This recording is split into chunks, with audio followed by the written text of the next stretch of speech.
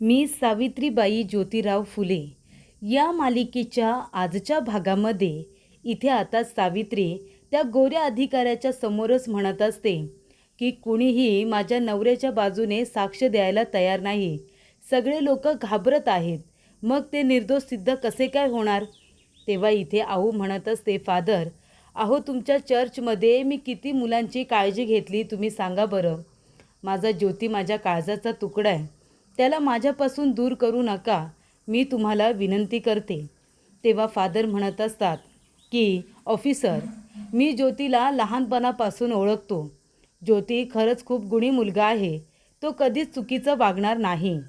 तेव्हा इथे अधिकारी म्हणतो, कंपनी सरकार योग्य ती कार्यवाही करणारच. त्यामुळे तुम्ही कितीही बोलात तरीसुद्धा ज्योतीला अटक होणार. तर इथे मोरोपंतला कडी लावून आता आतमध्ये कोंडून ठेवलेलं असतं. मोरोपंत म्हणत असतो की बाबा दरवाजा उघडा, मला माझ्या मित्राची मदत करू द्या. तो बिचारा खूप जास्त अडचणीत आहे हो, मला जाऊ द्या त्याच्याकडे.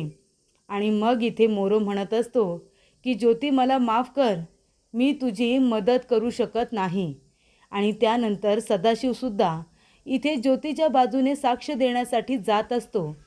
पण त्याची आई सदाशिवला अडवते आणि म्हणते, सदाशिव, अरे कुठे जातोयस तू? तेव्हा सदाशिव म्हणत असतो, मी माझ्या मित्राची मदत करायला चाललोय, ज्योतीच्या बाजूने साक्ष द्यायला चाललोय की तो निर्दोष आहे.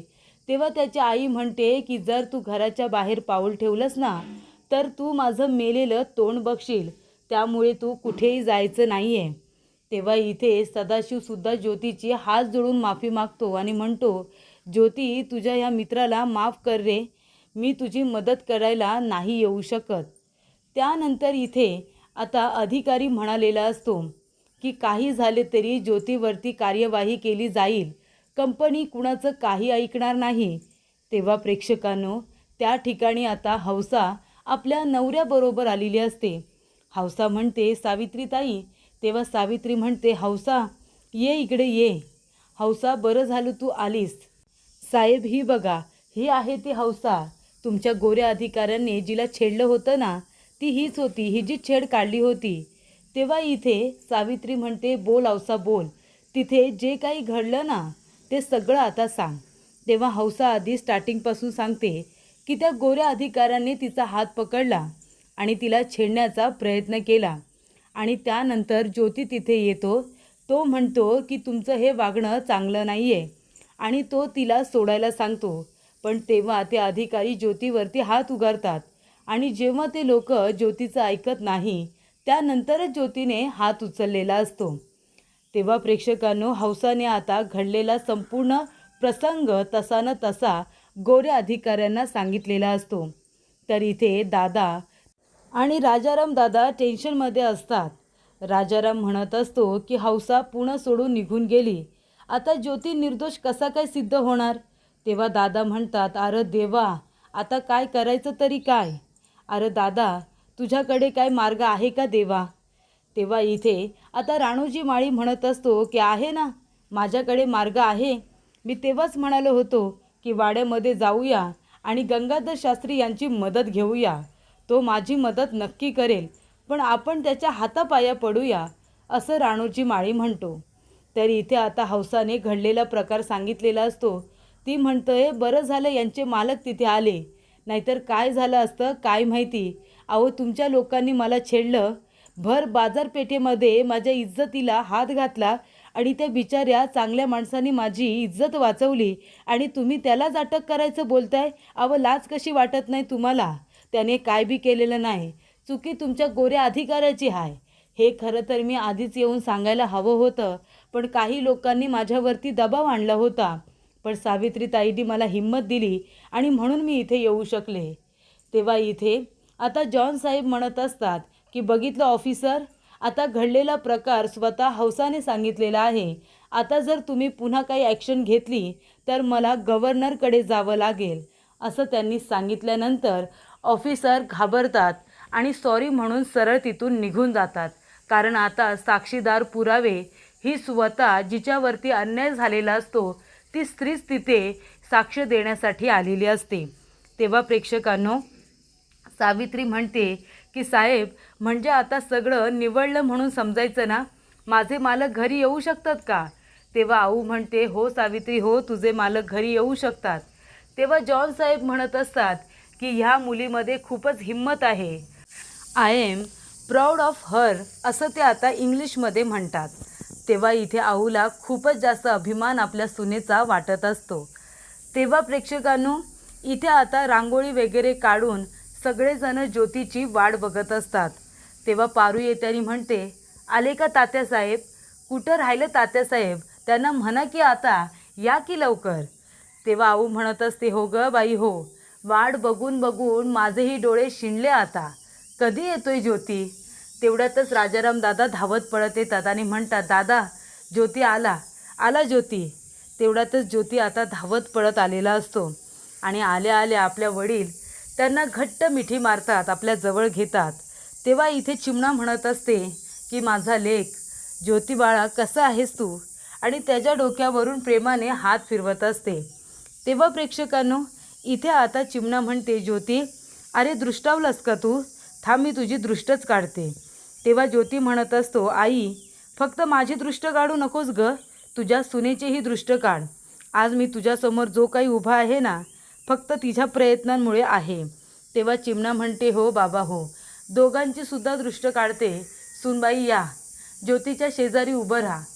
तेव्हा चिमणा दोघांचीही दृष्ट काढते आणि म्हणते, आल्या गेल्याची भूताखेताची ज्याची कुणाची दृष्ट लागली असेल ती निघून जाऊ दे रे बाबा.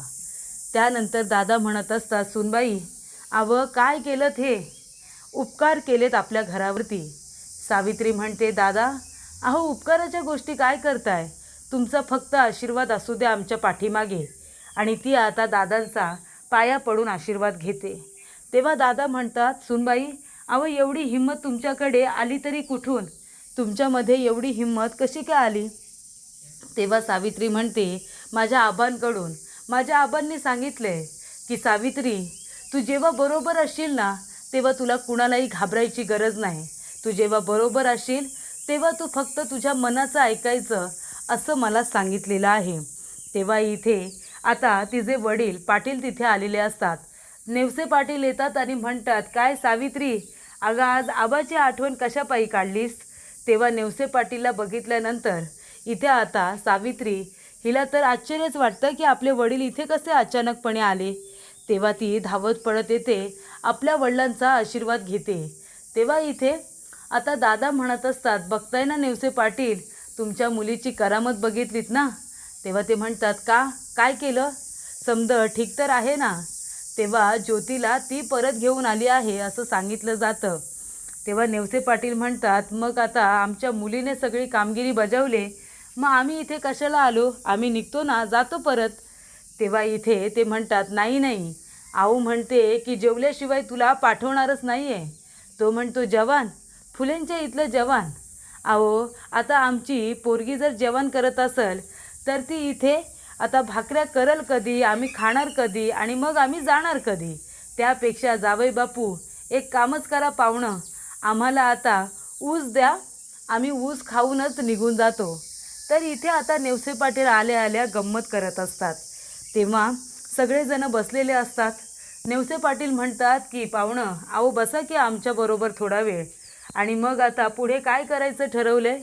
आता त्या काळामध्ये 7वी पास शिक्षण खूपच जास्त असल्यामुळे मग काय करणार, म्हणजे इथे सरकारी अधिकारी बनणार की अजून काय करणार?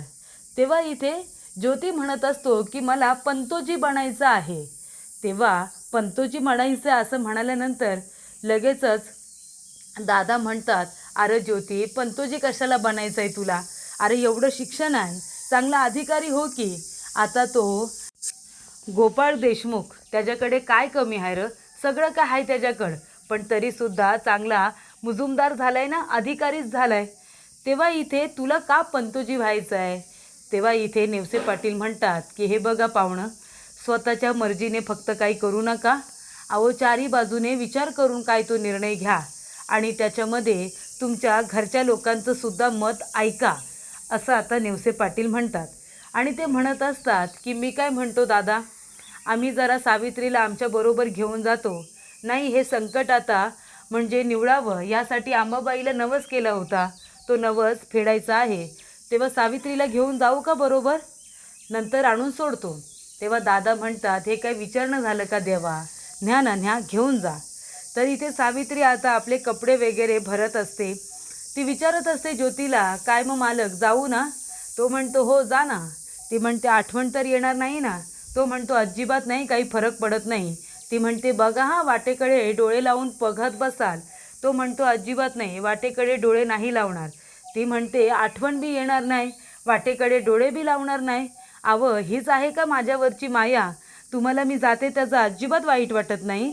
तेव्हा ज्योती म्हणत असतो, सावित्री अगं शरीरातून प्राण गेल्यानंतर माणसाचं काय महत्त्व राहतं गं? फक्त ते पडलेलं शरीर, बाकी आहे का त्याला अर्थ? तेव्हा सावित्री म्हणते म्हणजे?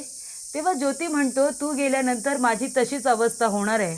तू माझ्या शरीरातला प्राण आहेस, त्यामुळे जा आणि लवकर परत ये, मी तुझी वाट बघतोय. तर आपण आता ज्योतीसाठी किती महत्त्वाचे आहोत हे सावित्रीला समजल्यानंतर ती फारच इमोशनल होते. ज्योतीला मिठी मारते आणि ती आपल्या वडिलांबरोबर इथे आता नायगावला आलेली असते. तेव्हा नायगावमध्ये आल्यानंतर आपलं घर अंगण बघितल्यानंतर लहानपणीच्या त्या सगळ्या आठवणी तिला आठवायला लागतात. तिची आई येते, तिला घट्ट मिठी मारते, तिची दृष्ट काढते आणि त्यानंतर तिच्या दोन्ही भावांची लग्न झालेली असतात. तेव्हा तिची आई म्हणते, सावित्री अगं किती दिवसानंतर आलीस गं, मी तर कधीपासून वाट बघत होते तुझी. आणि काय गं सावित्री, खूपच जास्त वाढली आहेस गं तू. थांब, आता मी माझ्या हाताने चांगलं चुंगलं बनवते आणि तुला खायला घालते आणि जाडजूड करते तुला. तेव्हा इथे दोन्ही सुना आता येतात आणि इथे सावित्रीच्या पाया वगैरे पडतात, आशीर्वाद घेतात. तेव्हा प्रेक्षकांनो, सावित्रीला बघून तिच्या आईला फार आनंद झालेला असतो आणि तेव्हा ती म्हणते, अवा आत्याबाई बाहेर या, आले कोण बघा. तेव्हा आत्या तिथे येते. सावित्रीला म्हणते, सावित्री अगं कशी आहेस बाळा, किती दिवसानंतर आलीस तू. तेव्हा इथे ती म्हणत असते, अगं लक्ष्मी, सावित्रीला काय आता दारातच उभी करणार आहेस का आणि तिला डोळे भरून बघणार आहेस? तिला घरामध्ये घेऊन ये. तेव्हा नेवसे पाटील म्हणतात, काय मग सावित्रीची आई, पोरीला बघून मन भरलं का? अगं सावित्री, तुझी आई कधीपासून तुझी वाट बघत होती. तेव्हा इथे आत्या म्हणत असते, अरे खंडू, आईची माया ही अशीच असते, तुला नाही कळणार. तेव्हा इथे आता सावित्रीला घरामध्ये घेऊन गेलेले असतात आणि तेव्हा तिच्या दोन वहिनी म्हणत असतात की बरं झालं ना आपल्या इथे वंश लवकर घरी आल्या, नाहीतर उशीर झाला असता ना तर बाजारपेठेमध्ये गवल्या वगैरे असत्या. कारण का सगळ्यांना वाटत असतं की बाजारपेठेमध्ये एक कुणीतरी आत्मा आहे, असा सगळ्यांचा गैरसमज असतो. तेव्हा आजीसुद्धा त्यांना तेच सांगत असते की एक बाई आली आणि तिने जेव्हा त्या आत्म्याला बघितलं, अशी हिरवीगार साडी, एवढं मोठं लालभडक कुंकू, तर तिला चक्कर आली ना, असं आता सांगत असते आणि म्हणते, चला चला पटापट हात चालवा, माझी साऊ आले ना, तिला चांगलं चुंगलं खायला बनवा, तिला भूक लागली असेल. तेवढ्यात इथे गप्पूर चाचाला बोलावलेलं असतं. गप्पूर चाचाजवळ इथे आता राजाराम दादा आणि इथे गोविंद काका दोघे जण बोलत असतात. तेव्हा गोविंद काका काय म्हणतात की गप्पूर चाचा, तुम्ही जरा ज्योतीला समजवा की इतकं शिक्षण घेतलंय, त्याचा काहीतरी फायदा करायला नको का?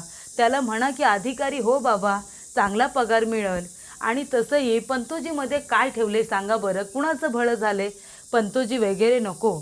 आता फुलांचा धंदासुद्धा बसत चालला आहे, एवढा काही चालत नाही फुलांचा धंदा. जर तो चांगला अधिकारी झाला तर तेवढाच घर खर्चाला इथे हातभार चांगला लागल आणि परिस्थिती सुधारल. तेव्हा तुम्ही ज्योतीला जरा समजावून सांगा की पंतोजी वगैरे नको, त्याला अधिकारी व्हायला सांगा, तुमची लई मदत होईल. तेव्हा गप्पूर चाचा म्हणतात की तो चांगला आता शिकलेला आहे, तो जो काही विचार करत असेल तो चारी बाजूने करत असेल की नाही, तेव्हा आपण एक काम करूया, आपण जरा त्याच्या कळानं घेऊया, असं गप्पूर चाचा म्हणतात. तर इथे आता गप्पूर चाचा हे ज्योतीजवळ बोलायला सुद्धा तयार झालेले असतात. त्याच्या मनात काय चाललंय ते आपण बघूया. तर इथे सावित्री आल्यानंतर कपिलाची विचारपूस करत असते आणि तिच्या भावाने इथे आता पेन्सिल राहिलेली असते. तिच्याकडे लक्ष गेल्यानंतर इथे सावित्रीला आठवतं, जेव्हा ज्योती परीक्षेला जात असतो ना, तेव्हा त्याची पेन्सिल राहिलेली असते तिथेच आणि सावित्री ती द्यायला गेलेली असते खूप मोठं संकट पार करून. तर पुढील भागामध्ये इथे आता सावित्री म्हणत असते की मी रमाला भेटून येते ना. तेव्हा तिची आजी म्हणते, अगं कशाला तुला रमाला भेटायचं आहे, चांगला सुखाचा संसार सुरू आहे ना तुझा, त्याला कशाला दृष्ट लावायचे, नको जाऊ तिथं. ती म्हणते काय बी दृष्ट लागत नाही. आणि तिथून आता गोडाचं उचलते आणि ते घेऊन आपल्या मैत्रिणीकडे रमाकडे जाते आणि तिला विचारत असते, रमा कशी आहेस तू, आणि हे घे खा. तिला आता मोदक भरवत असते. ती म्हणते नाही नको, अगं मला गोड खूप आवडतं गं सावित्री, पण कसं आहे ना, मी जर गोड खाल्लं ना तर स्वर्गात जिथे आपली माणसं असतात ना त्यांची मनं दुखावली जातात, त्यामुळे आपण त्यांना निराश नाही करायचं, मला नको आता गोड खायला. ती गोष्ट सावित्रीला खरं तर पटत नाही, पण आता आपल्या मैत्रिणीच्या समोर काय बोलणार. आणि इथे आता नैवेद्याचं ताट ठेवण्यात आलेलं असतं. तेव्हा दोन माणसं म्हणत असतात की चल लवकर चल, आता त्या बाईचा फेरा ह्या बाजूला येईल, त्यामुळे आपण आता इथून निघूया. तर ते दोघेजण निघून गेल्यानंतर तिथे एक तयार होऊन अशी एक बाई आलेली असते. चेहऱ्यावरती केस असतात, लाल भडक कुंकू आणि छान अशी साडी वगैरे नेसून आलेली असते. तेव्हा सावित्री लपून छपून तिला बघत असते. नेमकी ती आहे तरी कोण, आत्मा आहे की एखादी जिवंत बाई, हे बघण्यासाठी सावित्री त्या ठिकाणी आता लपून बसलेली असते.